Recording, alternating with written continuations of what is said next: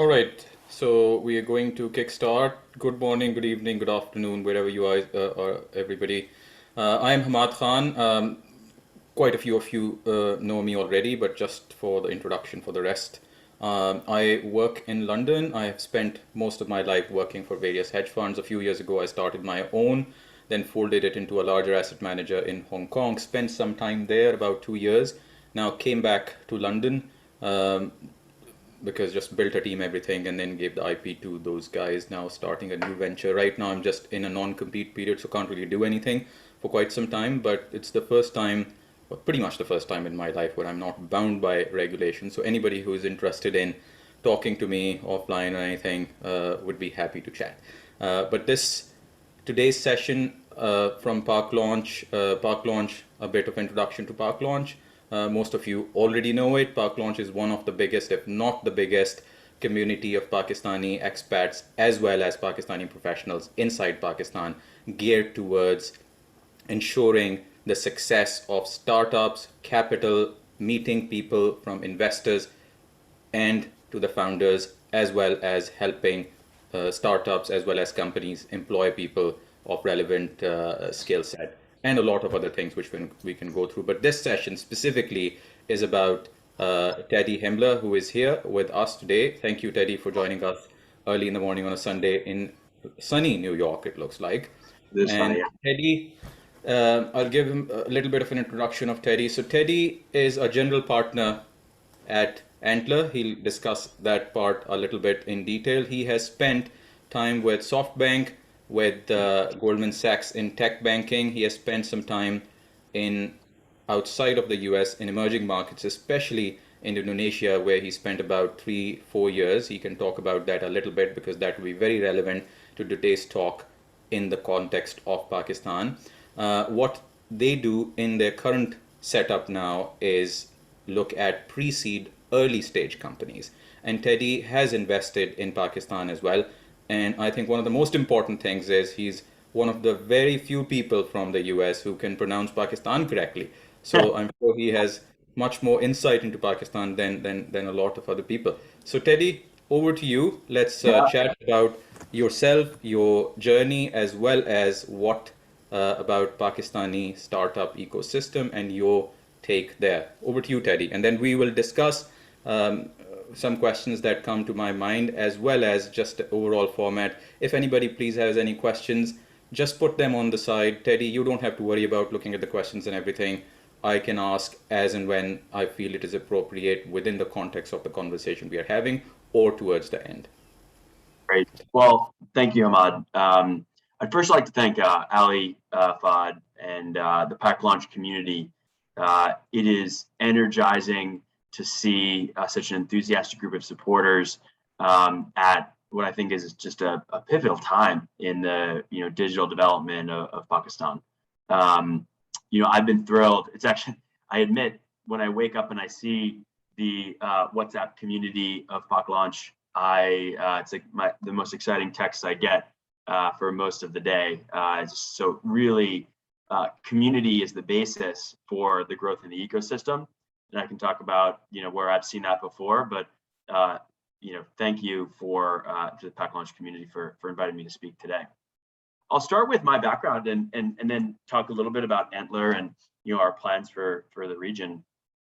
So as Hammad had suggested, I began my career in investment banking in the Bay Area.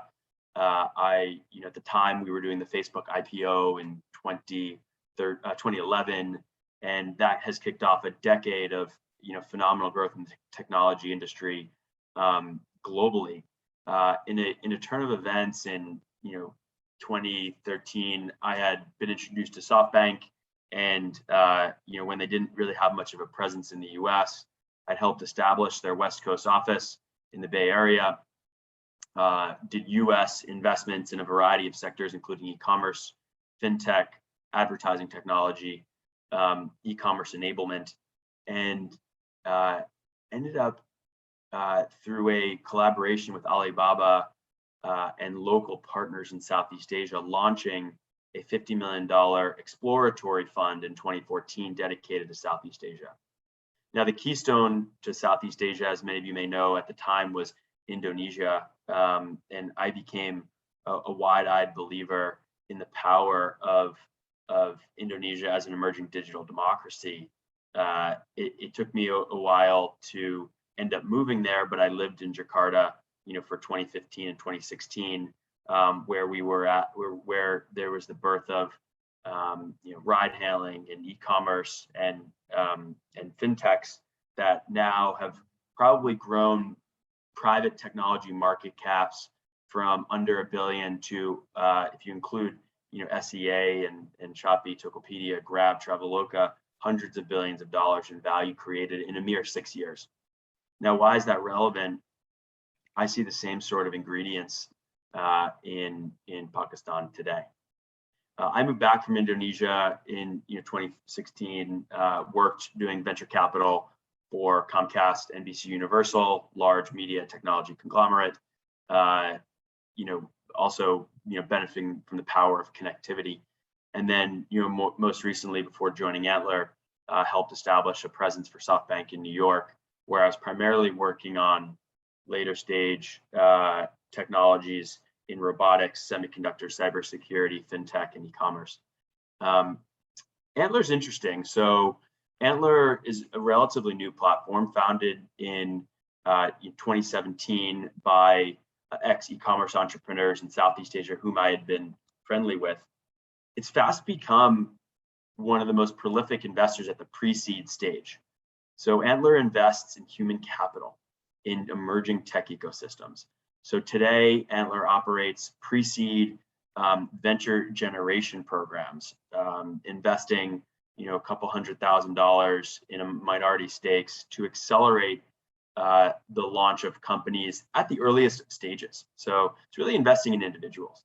And since launch in 2017 in Singapore, Antler has expanded to 16 ecosystems globally: Stockholm, Oslo, Nairobi, London, Austin, and soon to be half a dozen others. And I think it's differentiated, for a couple reasons. One is investing in people at the earliest stages. Two, the fact that we benefit from this global network. We see business models and can arbitrage information across regions. That's really interesting. That's the time machine effect at work, which we can talk about later. And then the fund that I run is largely centered around backing the winners across this vast ecosystem. So, we think we can, benefit from investing in what is now 350 and will soon be over, 2,000 in a couple of years, companies that we've invested in globally. So, we're keenly looking at Pakistan. Personally, I've made investments in Pakistan, in Bazaar, and we have one in our portfolio at Antler called Instakin, which is targeting expats and providing services, for Pakistani expats. They just went through Y Combinator. So a lot of ties to the region, but in short, Pakistan is, well positioned, if not better positioned than what I saw in Indonesia in 2014, and got me to move there. So I'm thrilled. I think it's a really exciting time for the country. We could talk about why, but that's my background. Thanks, Teddy, for this comprehensive background. I think we are going to now talk about various themes. For example, we talked about the comparisons a little bit between Indonesia and Pakistan, and we'll talk about a little bit of some sectors. Teddy, I know you are a big believer in this iron triangle that you mentioned. Let's talk about that in the Pakistani context and compare it maybe with Indonesia, with your experience, and where do you see things are in the inflection point, if there is any? Yeah. So again, as background, right, I started investing in Indonesia in 2014. All it took was lighting of that capital match to light up a room of opportunity in Indonesia. My investment in Tokopedia, for example, a $60 million investment has now grown to become what is now a $14 billion company in 7 years. That the physics of companies scaling enable that to happen nowadays. That was a consumer-to-consumer e-commerce business. The same thing happened when SoftBank started investing in LATAM in 2018. all it took was a couple of believers, investors, entrepreneurs, community advocates to actually revolutionize a lot of the digital economy in that region. That was the team that I was on in 2018. So now flash forward, we're in 2021, and I think one of the first, the most reliable sectors to invest in at this earliest stage of digital development are what we call the Iron Triangle, the kind of interlocking sectors of e-commerce, fintech, and logistics. And there's a convergence in these. So in Indonesia, for example, you'd see Grab, the super app, starting in ride hailing, moving into food delivery, now moving into payments, where it's fast become it's become the leader in payments in Southeast Asia. So you're seeing the same thing happen in I think in Pakistan, right? You have logistics, you have Airlift and Bridgelinks, both who have raised significant venture capital rounds. You have fintechs. I actually saw a statistic, wild, right? There are more mobile bank accounts now for the first time ever than more mobile wallets than traditional bank accounts in Pakistan. Companies like Sada Pay and SafePay, which Stripe invested in, are leading that charge. E-commerce, whether that is business to consumer, B2C, or consumer to consumer e-commerce marketplaces, or business to business, right? So companies, early primary examples are Daraz, Bazaar, Dastagar, Tajir on the B2B side. These kind of three pillars of e-commerce, fintech, and logistics, I think, overlap and kind of rise up together.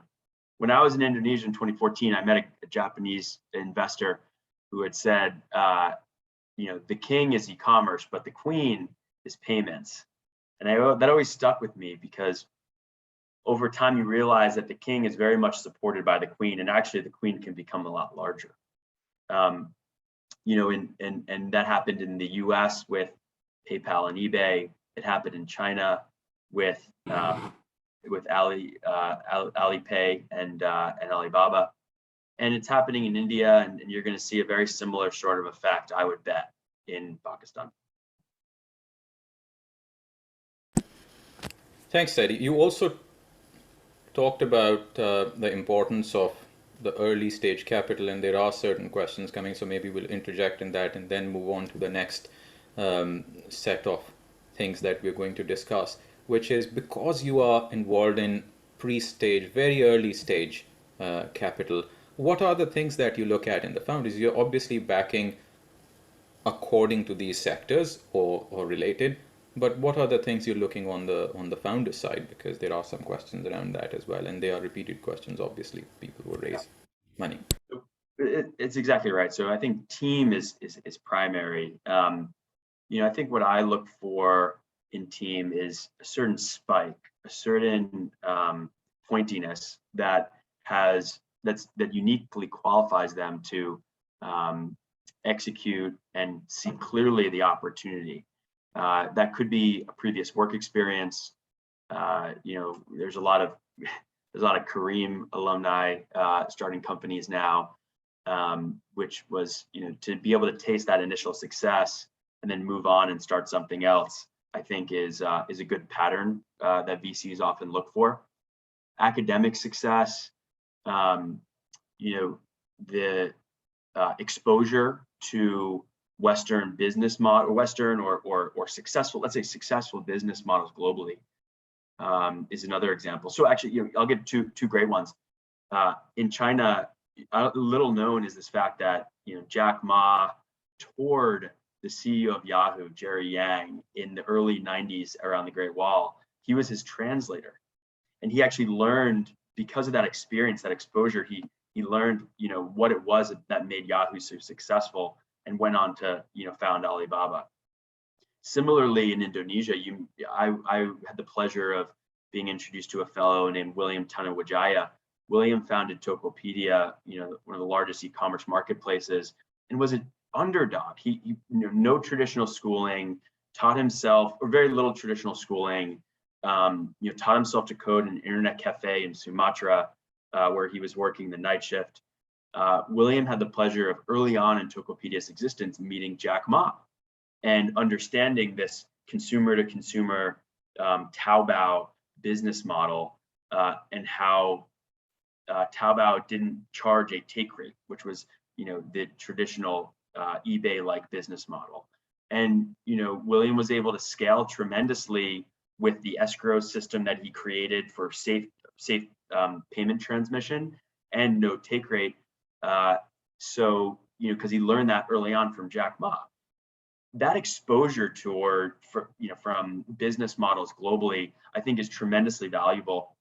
And in Pakistan, when you talk about, when you talk to the guys at Bazaar about, how what they're doing is related to the Kata book model in India, or Udaan in India, or Ula in Indonesia, that knowledge, I think, has a tremendous impact.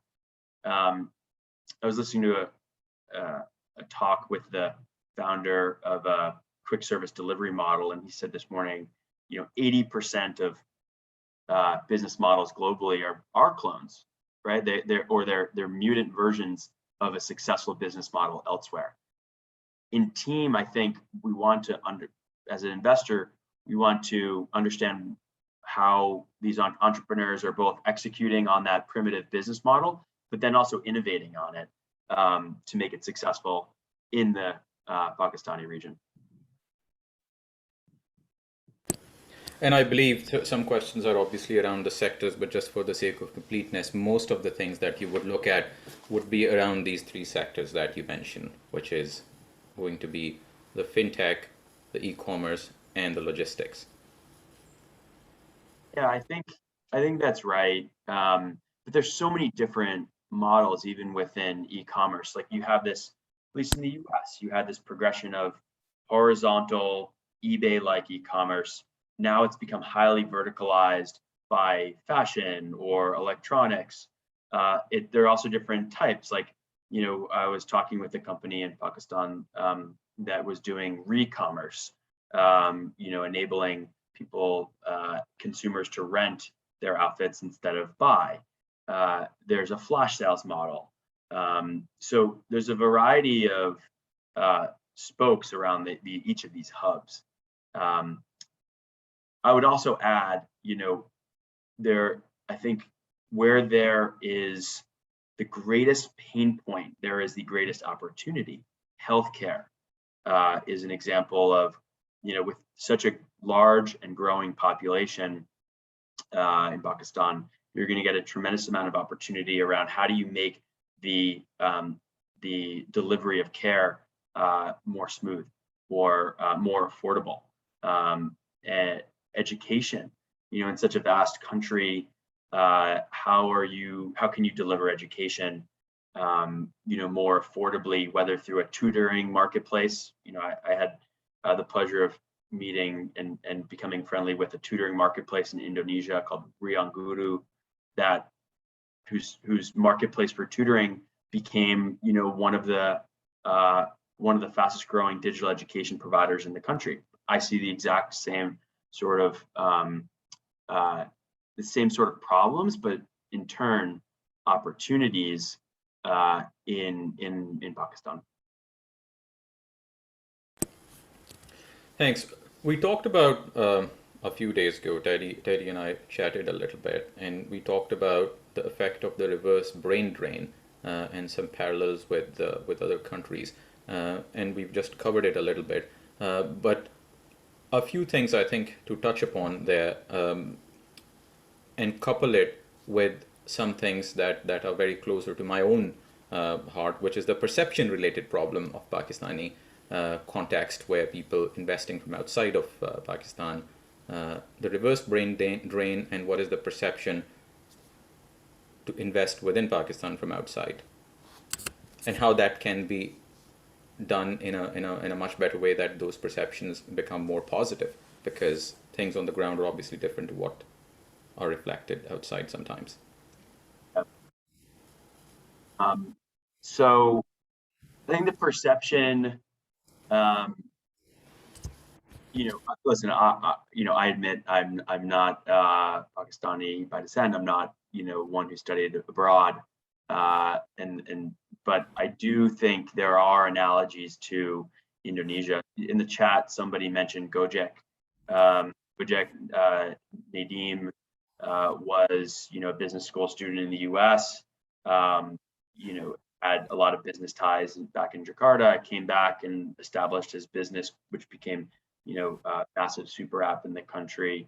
And I think the business environment at the time in Indonesia was strangely resonant to what's going on in Pakistan now, most notably around, availability of capital is of course important. You're a student, you come back, you may have the choice between a well-paying job at a consulting firm or a bank, or being a lot riskier. If there is availability of capital, it makes that decision to become an entrepreneur more palatable. Sure. The one that is strangely resonant actually is politics. So, if you think about the leadership in Pakistan now, and many of you who joined Pack Launch the other day, had heard the president speak about how excited he was for this digital economy growth. There's a similar sort of sentiment in Indonesia in 2014 when President Joko Widodo became president. They were really, he was a hero of the youth and a sign that there were things that were changing from the more military regime in Indonesia to a more representative, a regime more representative of the broader population. And I think that is something that Indonesians were very proud of at the time. A better Indonesia through a better government, through better internet. I think that, I'm open, happy to hear others' thoughts, but I think there's a similar sort of effect happening in Pakistan now with political stability, a clearer roadmap, and on regulation, whether that be in fintechs or in diplomacy. So from what I can tell, there is a more welcoming regime, which it's the enthusiasm and psychology of the society at large. And what do you think is the regulator doing or has done so far from an investor's perspective? And then we will just move on to some specific things around the startups and their questions. Yeah, listen, I studied a little bit around the neobanks and the banking licenses that have been granted. I vividly recall in Indonesia, there always is some regulatory capture by the large corporations. And they, whether it's the carriers or the incumbent banks, want to compete here as well. But I was encouraged by the type of banking license that were given to companies like a SafePay and SadaPay by the central bank. I think the corridors for open finance, wherein remittance corridors or are a welcome change. One thing that I've recently studied though is like the taxation you get on smartphones creates a little bit of a tax on the adoption of smartphones in the country. I understand the Pakistanis want to create a domestic manufacturing base for semiconductors and smartphones and things of that nature. But it's a trade-off, obviously, between how fast digital adoption can occur if there is that sort of taxation. The same sort of thing happens in Brazil as well. But so net, listen, I mean, you may have some examples for me, Hammad, but private sector leaders going into the government is always a good thing, because they understand how the regulations need to balance the interests of the government and private corporations. I mean, what was it? Yeah, Dr. Arif Alvi, right? He was a businessman, practicing physician. That I think is a good example of how the business community is also influencing the politics of the country. Now let's come back to actually from an investor's perspective and a startup perspective, the seed capital and doing the deal. Now, if you are looking at companies and you are thinking of creating, we talked about a Pakistan-based venture generation platform through which you will be able to invest into the winners. You talk about it a little bit to the extent that you can, please. Sorry, this is the criteria. No, just what are your plans to create that venture generation platform, and what would that do and help the founders get into some kind of an ecosystem where they can then obtain the pre-seed capital from? Yeah. So Antler globally has a model of investing in human capital. It could be an idea. It could be, a half-finished product. It could be a product that you worked on with a friend in a garage, and we provide what we think is a little bit more enough capital to provide freedom where you're not worrying about the big trade-offs that you had previously had between joining a stable paying job and a firm that you'd want to start, because it is precarious, and in Pakistan, the social safety net isn't perhaps as strong as other countries. It's risky. Many people have really worked hard to get into college, best universities, and earn a master's degree, and to take a risk like that is from a financial perspective very challenging for some. So when we come into a country or region, let's use, we just launched in India, for example, about a year ago, and we've received tens of thousands of applications for the Indian startup program, where we initially invest US dollar, $15K into a company as a placeholder. We run it through a program of town halls, lectures, coaching, mentorship, with a team of, call it 6, in a region, led usually by a top investor or entrepreneur. That's how we launch into countries, and end up at the end of that program investing, multiple $100,000 for a small minority stake, relatively small minority stake in the company. And there was a question in the chat: how active are we? Listen, I think in venture capital, you have to be an active investor. Your ability to connect startups with talent, not just capital, but talent, information about the globally aware business models, and then partners, customers, etc., is crucial in that development. That's what we do, not only in that 3-month period of initial investment in the Antler program, but post-investment. We consider ourselves one of the fastest growing startup ecosystems in the world. At SoftBank, it's a much later stage,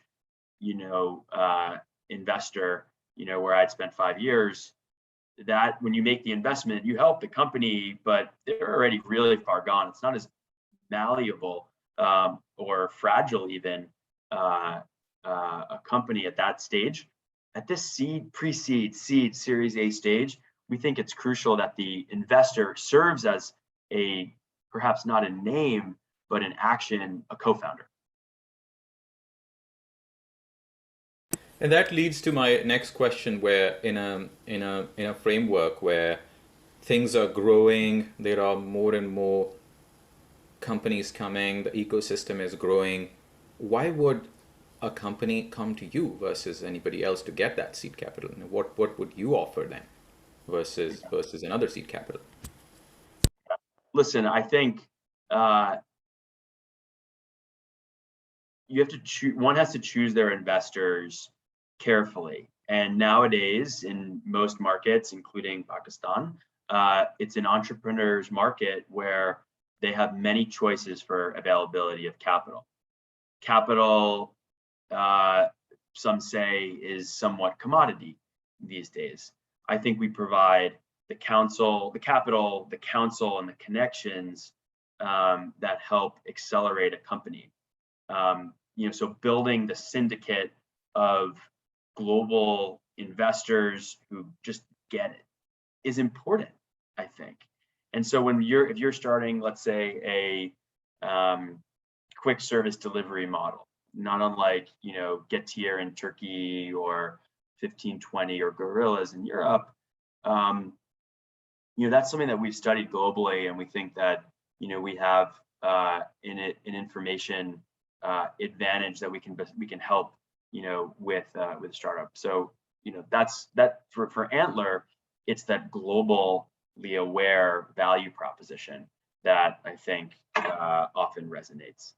And then the most important part, I think, the greatest metric of success that I've ever seen in venture capital is just the longevity of that investor in the ecosystem. So, when we enter in an ecosystem, we would like to stay there a long time, because that is what continues to accrue, that reliability continues to accrue to, returns and the ecosystem and the connections that we can help a company with over time. So actually, that's interesting. It's interesting, actually, if I may. There's a lot of Rocket Internet.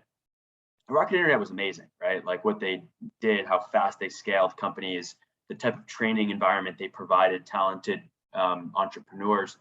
But one of the things that was a little bit, I think they missed the mark on a little bit, was the local,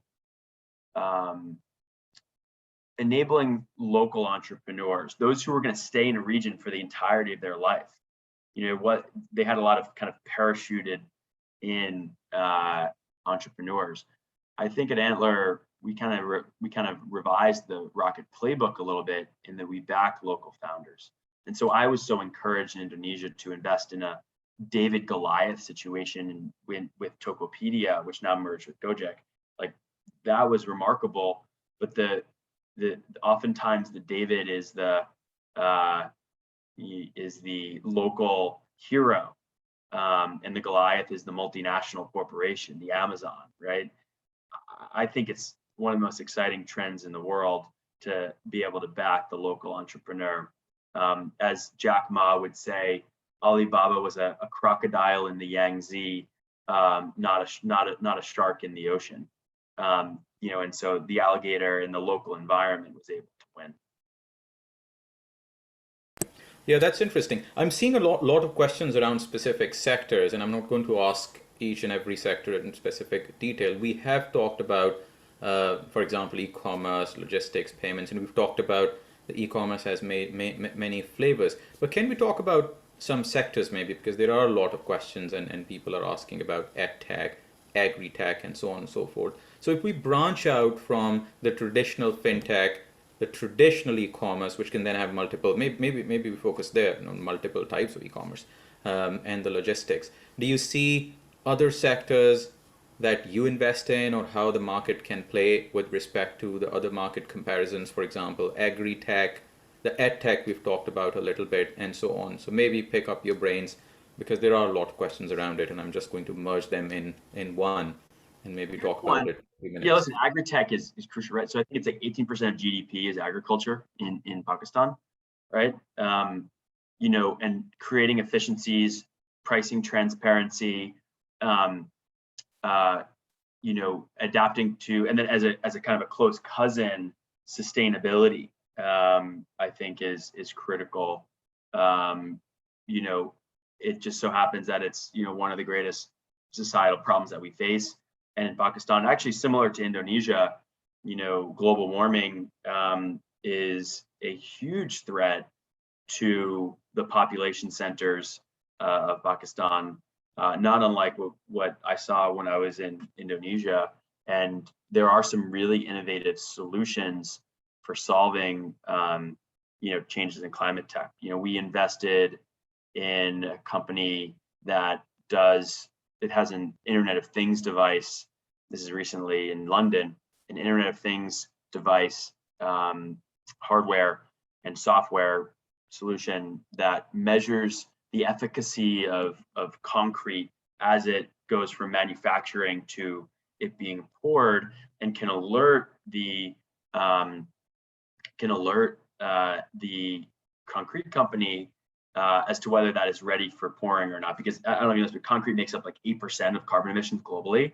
It's crazy, right? And if you can, more tactically, more efficiently deploy concrete, say 10% more efficiently, that's like meaningful for carbon emissions globally. And so with such a fast-growing population center, set of population centers in Pakistan, not unlike China, frankly, that sort of efficiency is I think welcome. In agriculture, listen, I think advances in robotics and AI and sensors, also can promise greater yields, more options for farmers, to increase their crop yields. Like that also I think is tremendous. At SoftBank, I worked on a company called Boston Dynamics. They're a leader in mobile robotics. Now, I think robotics or cobotics, as they say, when they work with humans, it has a lot of potential in a company like Pakistan, where, whether it's food production, an automated restaurant, a kiosk, an automated tractor, manufacturing, obviously in Pakistan is huge. And so you have, robotics for e-commerce or parcel delivery. That sort of efficiencies, I think, will transform the kind of labor ratio in sectors, and on one hand, it could be displacing of jobs, but on the other hand, it frees people up to become to work on higher earning or higher paying or higher cognitive ability jobs globally. So that's like, I think, one exciting area around the automation of certain sectors like agriculture or manufacturing that may take root in Pakistan. Let's talk about the two sectors, I think, looking at here. Maybe digress a little bit to the auto sector, maybe a little bit depth on the education sector as well. Do you see anything in the auto sector happening in Pakistan, or something that you have seen across developing countries? Very broad, obviously, it can be anything. Sorry, did you say portal? No, auto or automobile sector. Yeah, listen, I think there's a combination of things. One is the electrification of auto, and so in a country like Pakistan, you have rickshaws and e-bikes that I think have tremendous potential. You can solve the battery issues and national infrastructure for electrification. You could see how both cleaner and these vehicles can become cleaner and cheaper. So that's one, is the type of vehicles. Two, the used car market globally is massive, and there are some really interesting models in China. And we invested at SoftBank in one called Kavak in Mexico that was doing auto trading and refurbishment. That facilitating the sale of cars online is becoming increasingly popular globally. In the US, you have companies like Carvana, which had pioneered that model. Customers in the US are much more comfortable with that. I think that too will come to Pakistan. And then I think the last is the next iteration of ride hailing, wherein you'll have car sharing, and then autonomous that will, in certain perhaps specialized areas in Pakistan, maybe it's a regulatory an area that is deemed to be an autonomous area, you can create cities that are from scratch, de novo, autonomous cities like you have in China today. So electrification, the used car market, selling cars online, and autonomous and shared. I think, what is it, ACEs, autonomous, connected, electric, and shared. That's the acronym that people use for the advances in auto tech. That's bound to occur in Pakistan as well.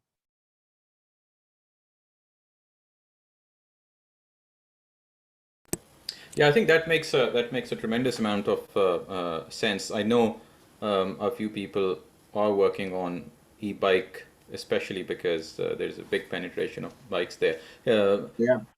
That brings me to the energy question. Obviously, Yeah. all these things, they require energy. The mobile charging itself, down to even as simple as that. Do you see that as a bottleneck at the moment? I think the reliability of the electrical grid, I don't have to tell you, is in certain regions of Pakistan not always reliable. So I think there's a lot of really interesting trends around decentralized generation, solar, for example. Residential solar, given the plentiful amount of sun that Pakistan gets, both on the residential side and the commercial side, that requires a certain type of investor. It's not as much venture capital as perhaps it is an infrastructure investor. But in India, the cost of solar on a per gigawatt basis is actually lower now than coal. That's tremendous. I'm sure the same thing is probably happening in Pakistan now too. So that requires certain government support, the right investors. But I'm a huge advocate for solar, as a basis for the amount of electricity to be generated to support the electrification of the grid and the auto industry. But also you need batteries too. And so Pakistan has a tremendous electrical engineering background, a history in electrical engineering and physics, but you have a great academic background in this. Batteries, the type of batteries that can be used for utility grade storage, are still globally challenged. And you have a lot of really exciting companies globally working on the battery challenge. That I think is a fertile area for growth, given the rich history that Pakistan has in manufacturing and academia.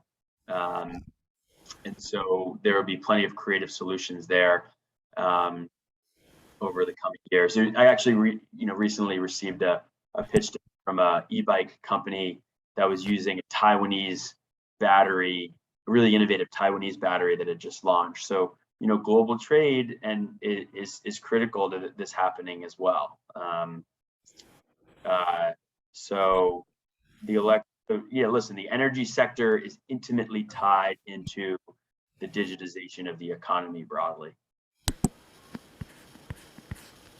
Yeah, I think that's definitely the key, and a lot of investments there are definitely needed. A lot coming, obviously, from the infrastructure investors, but I'm sure a lot of very smart entrepreneurs will come up with more ideas around that, which can be more VC friendly in that sense as well, because it's a whole value chain, not just the grid itself, the batteries and so on and so forth, the storage, the efficiencies, the solar.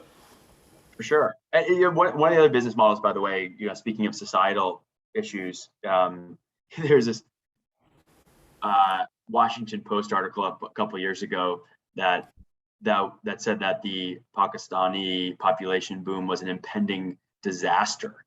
Well, why is that? Some of it also comes down to housing as well, right? How do you house as the population, what is it, 70% under the age of 30, 65%?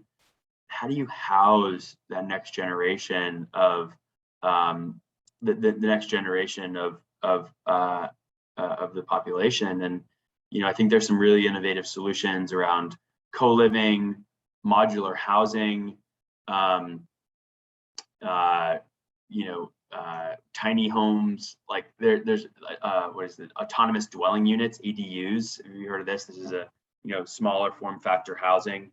The mass production of housing, like that you can create in a factory, is also a really fascinating trend. SoftBank had a company that didn't go as well called Katera, but there's plenty now that are really innovating in that sort of manufacturing meets housing sector that I think would be really welcome in the population centers in Pakistan. So prop tech, I'm doing an investment now in Australia that does property maintenance digitized. There's a lot of opportunity in what is one of the largest sectors globally, real estate. A lot of the investors in Pakistan today, high net worth individuals invest in real estate, but I don't think they're yet attuned to the type of changes that are occurring in property technology. I was on the board of a company called Housing.com in India, and increasingly, they started with a listings website for apartments, now moving into home sales, moving into the iBuyer model where, you can buy, one can sell their home on a platform, on the iBuying platform. Those innovative prop tech models, fractional home ownership, I think actually can take root quite well in Pakistan. And the fun thing about being a global investor is we see what the keys to success are earlier, can help entrepreneurs refine their product roadmaps, and provide the right connections to accelerate those sorts of business models that we see working elsewhere. Yeah, that was one of the questions. So I think you've already answered that you can look at other countries, other success stories, other similar startups, being a global investor, and help the startups at an early stage to maximize the probability of success. A good stat I just Googled on the solar thing is that Pakistan set a target of approximately 10 gigawatts of renewable capacity by the year 2030. So that's good. There's a lot of solar plants that Pakistan has had done in the last about 10 to 12 years. So things are definitely moving in that direction because the solar irradiance that we get in our country is huge. And someone said 350 days of natural sunshine in Pakistan. That's remarkable. Yes. Yeah, that is remarkable, especially in certain areas where we can put these plants. So that's a good direction is being taken. Now, I think we are getting closer to the end of our session. So I just want to, before asking the final few questions, just pass it on to Terry, something that you wanted to cover in a little bit more detail. We know that you're visiting Pakistan towards the end of November for some personal friendly reasons as well, but something that we can help you with, connect people, or anything that Park Launch can do that we'll be happy to do. I love that. I mean, it's such a tremendous community. A rising tide lifts all boats. I'd be thrilled to meet many of you. I'm going to try to stay as long as I can in November and December. Who knows? Maybe I'll stay there indefinitely. But it's again, I'm genuinely excited. You've seen how in Indonesia, in Latin America, both of my experiences at SoftBank were tremendous in showing that just the proof that knowledge businesses can scale in this region, encourage a whole generation of entrepreneurs to take risk. And I think the venture capital, for better or for worse, is one of the things that mitigates the risk of leaving a stable job to start the next visionary company. I think so. I would love to meet when in town, and in between now and then, we're actively looking for investments in Pakistan across many of the sectors that we had talked about today. Yeah, I think we'd be happy to arrange something for you in Lahore, where you will be based mostly. And if there is interest, which it seems it is a lot, even on this chat, we can arrange something that you can talk to many of these budding and amazing entrepreneurs, some on this forum and some actually beyond who are not listening at the moment. And anything we can help, we'd be happy to. Now, we're closing in. There are lots of questions which I tried to cover and ensemble them within common questions around various sectors, around what to look for in the early stage capital. We talked about what Teddy and his team looks at when looking at the founders and how they invest and why early stage is important and where is Pakistan in its journey. If there is anything left to talk about, please write it up here, and then we will. Teddy, one question that is recurring here is obviously how to get in touch with you. If you can share anything through us, through Park Launch or anything, when you are in Pakistan or beyond, or anybody who wants to reach you to do a pitch or anything, just let us know. Yeah, listen, I put my contact information in the chat. Between now and November, we'd love to, meet as many of you as possible. Again, just a really vibrant community, and increasing every day. My eyes are opened further and further to the amount of enthusiasm for entrepreneurship in the country. I think this is inning one. I think it's before inning one, and I think everyone will be amazed about how quickly things change. Maybe not when you're living day to day, but 1, 2, 3 years, like I was amazed by the amount of potential, and still how early it is in places like Indonesia. And largely, I was always proud. I still listen. I was always very proud when I was like, this was like when I was like 25. I was like first looking at Indonesia, and I would tell my friends, how many people live in Indonesia? And they say, oh, I don't know, 100 million, 80 million, 270 million people, 130 on Java, 50% under the age of 30. It's not just population, it's education, it's government stability, it's this reverse brain drain, it's open source software, it's cloud infrastructure, it's data centers, it's reliable cellular networks. All of these things create this virtuous loop. And I saw that in Indonesia, and I see that now in Pakistan. That's definitely very exciting times for Pakistan, and very exciting for the startups as well as investors and for the country. And we repeatedly talk about it. And Teddy, great to have you here with us today. We will share Teddy's details with his permission with anybody who wants to get in touch. Please let us know. I think Teddy's going to write it here as well. If anybody needs to, with his permission, we'll just let you know when he's visiting Pakistan. We can arrange a meetup or arrange some kind of a session within Lahore or possibly Islamabad. Great to have you here, Teddy. You can enjoy the rest of your Sunday. It's quite sunny outside.